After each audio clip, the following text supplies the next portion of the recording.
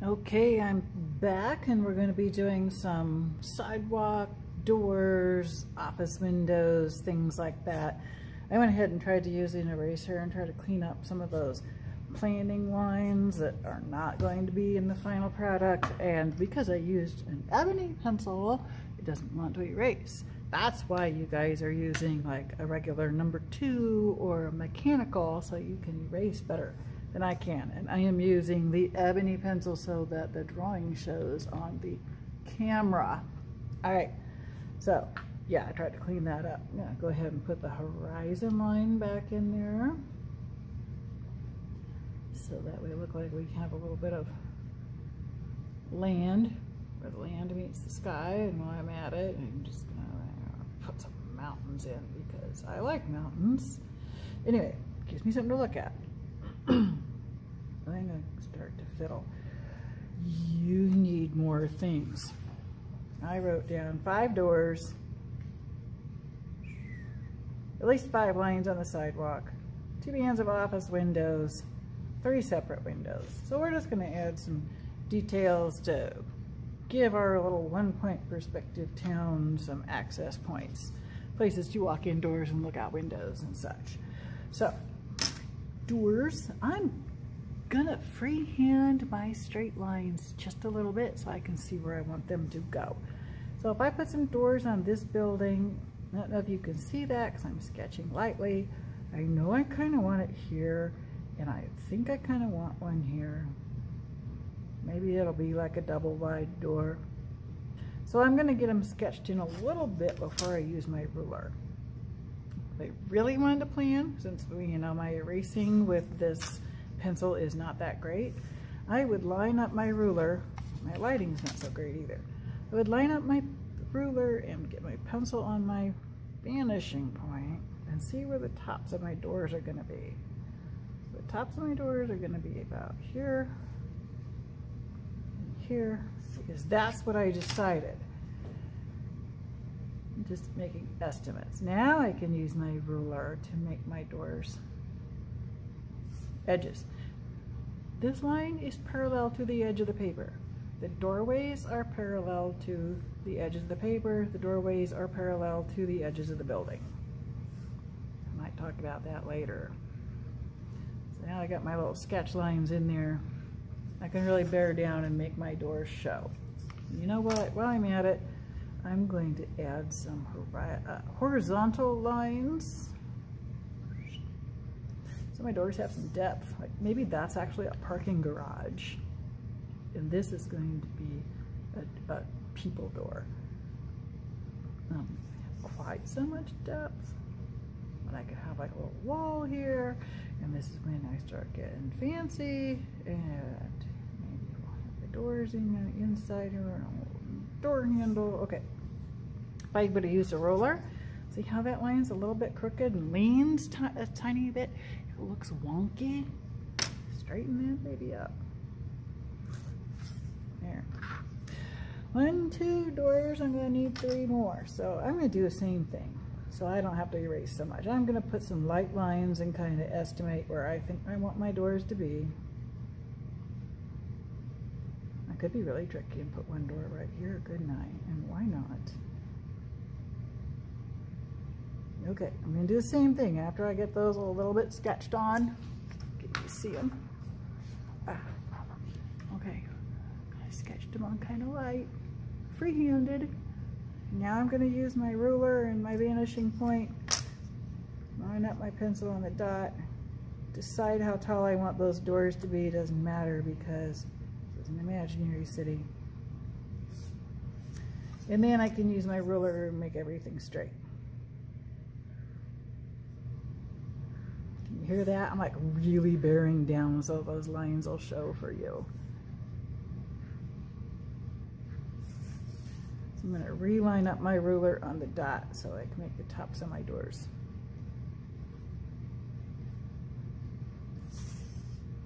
This is just like an extra little fantasy door for me because it's not on the 1-point perspective. It's facing us. It doesn't have to have all those angled lines.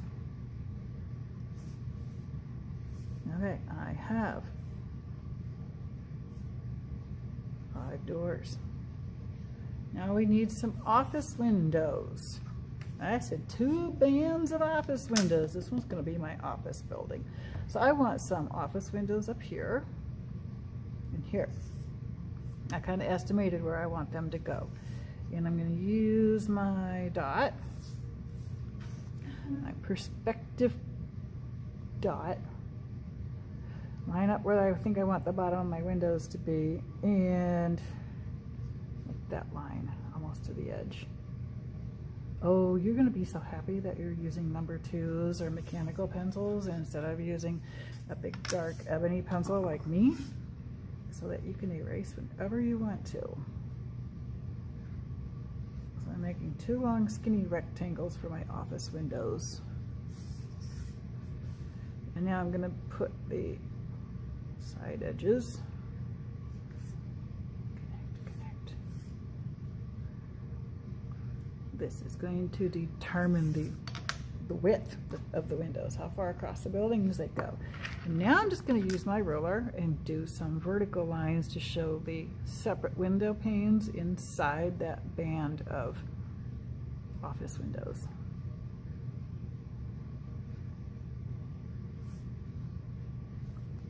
And I'm just estimating the spaces in between them, because this is a learning page for a lot of you. You may not have done this before.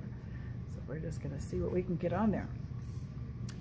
Let's see, 3 separate windows. I think this building wants to have 3 separate windows. So I'm going to put my pencil on that perspective dot. I'm going to make kind of a light line because I'm using that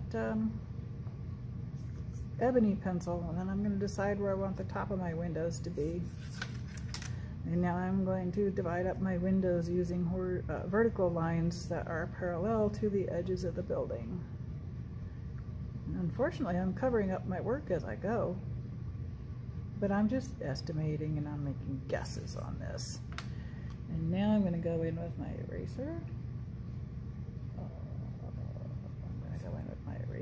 And I'm going to erase a whole lot so I can make that work. And darken the lines that I want to keep.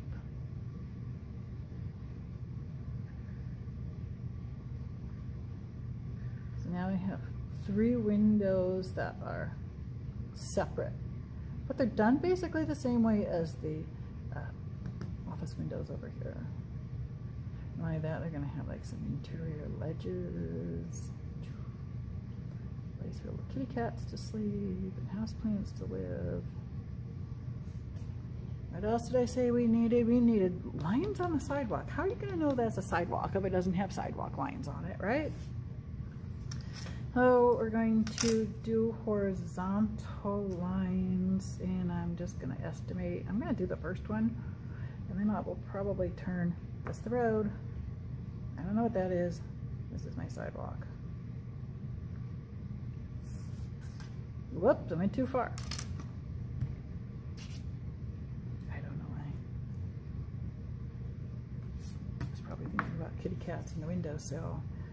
And that one's skinnier than that one, isn't it? That's okay. So then I'll scoop my ruler up and hold it. Fingers, thumb wide spread apart. And I'm going to keep sliding my ruler up and doing horizontal lines. And there you go.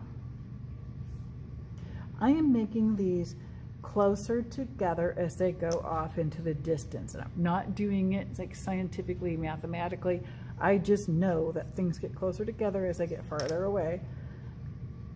So I'm going to, they get closer together visually, not in reality. Yeah. And then, if you have time, then you will.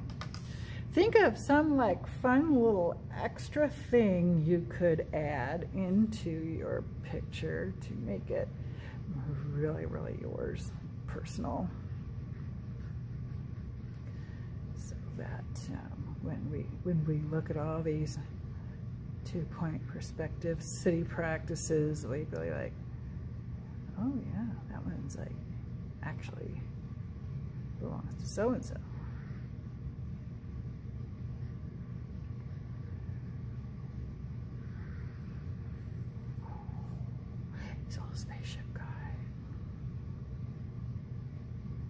because this is my one-point perspective city. I can have a little spaceship guy if I want.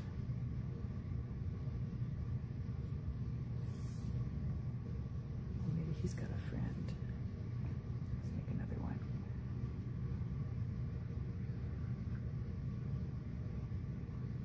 This one's got room for a steering wheel.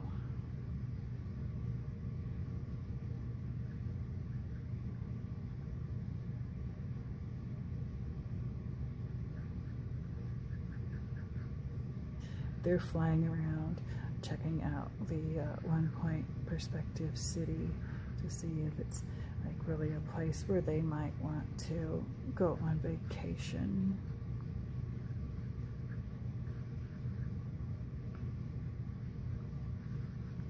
Okay, so have fun with your one-point perspective city, and I am looking forward to see what you post on Google Classroom.